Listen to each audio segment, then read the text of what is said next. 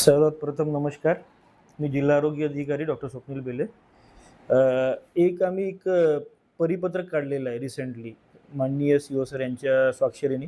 या परिपत्रकमध्ये आम्ही जे बालमृत्यू होत आहे याला कसं थांबवता येईल किंवा कमी करता येईल या दृष्टीने एक निर्णय घेतलेला आहे. या निर्णयामध्ये आम्ही आशा, अंगणवाडी सेविका आणि ए.एन.एम या तिघींच्या मार्फत जे नवीन बालक जन्माला आलेलं आहे याच्या घरी प्रथम 7 दिवस रोज गृहभेटी देण्याकरिता ते परिपत्रकात नमूद केलेलं आहे.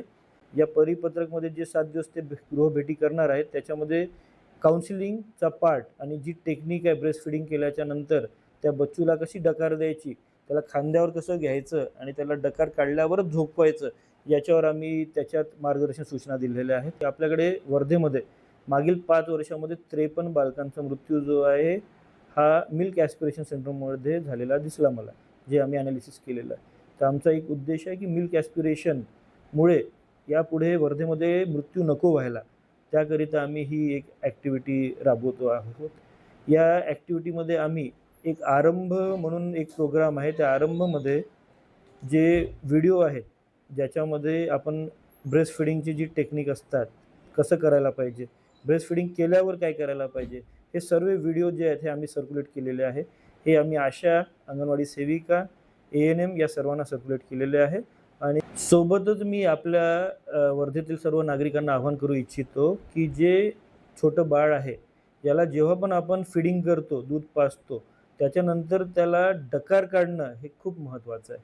तर त्याला डकार काढायसाठी खांद्यावर घेणं आणि त्याला थोडं पाठीवर आपण टॅप केलं तर त्याला डकार आल्यावरच त्याला खाली झोपवायचं आहे आपल्याला.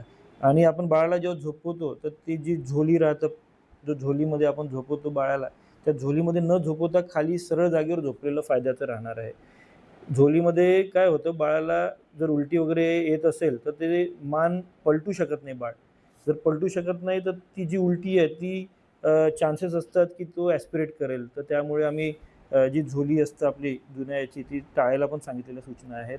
त्याच्यानंतर जी डकार द्यायची आहे ती पद्धत आम्ही सांगतो आणि सर्वांना आवाहन करतो की डकार काढल्याशिवाय बाळाला झोपवायचंच नाही आहे आपल्याला. ती गोष्ट आम्ही सांगितलेल्या परिपत्रकामध्ये, परंतु हे आपल्याला कंटिन्यू बाळाला जे आपण 6 महिन्यापर्यंत एक्सक्लुझिव्ह ब्रेस्ट फीडिंग करतो तर आपण पाळायला पाहिजे. त्याच्या पुढे सुद्धा आपण डकार दिल्याशिवाय बाळाला खाली झोपवायला नाही पाहिजे. धन्यवाद.